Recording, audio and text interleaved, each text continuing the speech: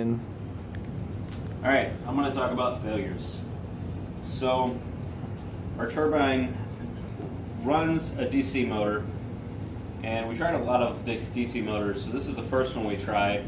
It's a pretty nice DC motor. The problem is, it has way too much mass, and the turbine really couldn't turn it very well or fast enough. So, we tried this DC motor.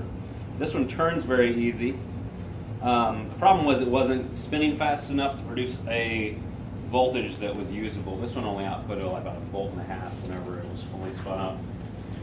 So we finally decided on these DC motors. They actually came with the ends, and they worked really well. So I've messed with a couple combinations. You see I have one sitting on here still that's not hooked up. So I tried one at first, and that worked pretty well.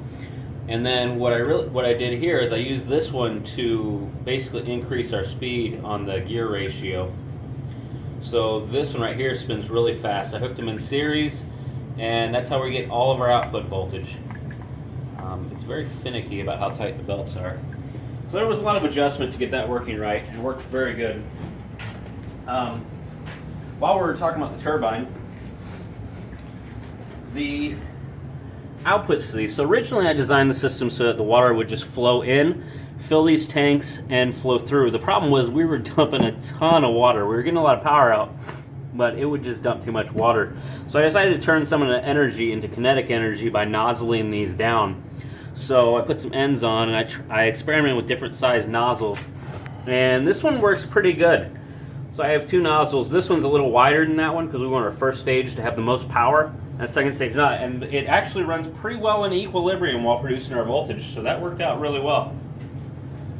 Let's talk. So the valves, first valves we tried were these valves. They were something I had laying around.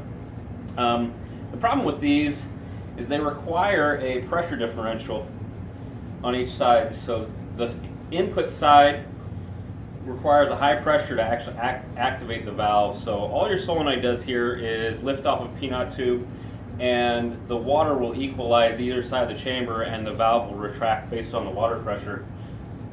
Works good if you have full seat pressure water. Didn't work good for us. So I ordered a cheap vacuum pump. This one's claims to put out a lot of vacuums, 65 kPa. When I did the math, that gave us about 4 pounds of pressure pulling against that chamber, but it didn't work. So I tried another solution. I hooked the solenoid so it directly actuates the piston here and pulls back the chamber, and it actually worked. The setup, the solenoid goes up, sits up here, and it would retract it and open the valve. It worked. The problem was the water has to take a really weird route to get through here and back out. So it kind of cut back on our pressure and our flow, and didn't really work too well for us. So I finally tried one more valve. Spent a lot of time on valves. This is a Belimo valve. This is something I had laying around. So Belimo valve works really good. It's a ball valve. The problem is from fully open to fully closed on this valve takes 90 seconds.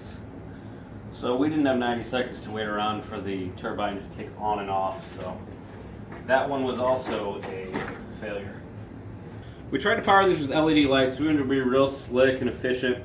These put out a very blue light, and we did tests with them, and we were getting out of our, so each one of these panels is 30 watts, we were getting about a quarter watt out of each one of these with this light, and it just wasn't working.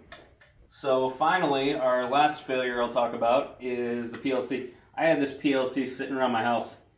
It's a real good PLC. It has 4 analog inputs, 8 digital inputs, and 8 digital outputs. The problem was it only works with AC. So I couldn't detect any DC, and I couldn't, well, the outputs worked fine, and that's what I used them for initially, was just setting up and testing, and then I realized that I didn't want to mess around with interposing relays, so I just bought a new PLC. So